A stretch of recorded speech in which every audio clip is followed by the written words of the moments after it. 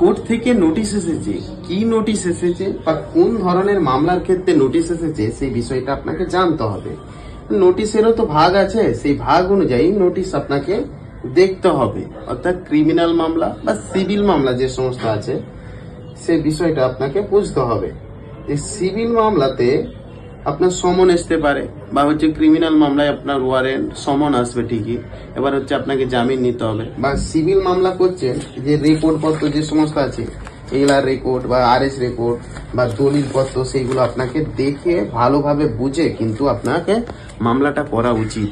বা আপনার নামে যদি মামলা করে সঠিক যদি আপনার রেকর্ড বা জমির ডকুমেন্টস যদি অরিজিনাল থেকে থাকে। এবার মামলা বিভিন্ন ধরনের হয়, আপনার যদি ডকুমেন্টস বা আপনার যদি এভিডেন্স যদি না ঠিক থাকে তাহলে তো কোনো কিছু করারই নেই। তাহলে মামলা করতে হলে বা মামলাতে অর্ডারশিপ নিজের ফেভারে আনতে গেলে সেক্ষেত্রে উকিল বাবু ভালো ধরতে হবে বা ভালো উকিল বাবুর সাথে পরামর্শ করতে হবে, এবং পুরোটাই এভিডেন্সের বিষয় একটা। তাই আপনাদের যদি কোনো কোশ্চেন থাকে, একটা সচেতনামূলক ভিডিও অর্থাৎ নোটিশ আসলে আপনাকে কি করা উচিত, একটা উকিল বাবুর পরামর্শ নেওয়া উচিত। তো thank you for watching my video.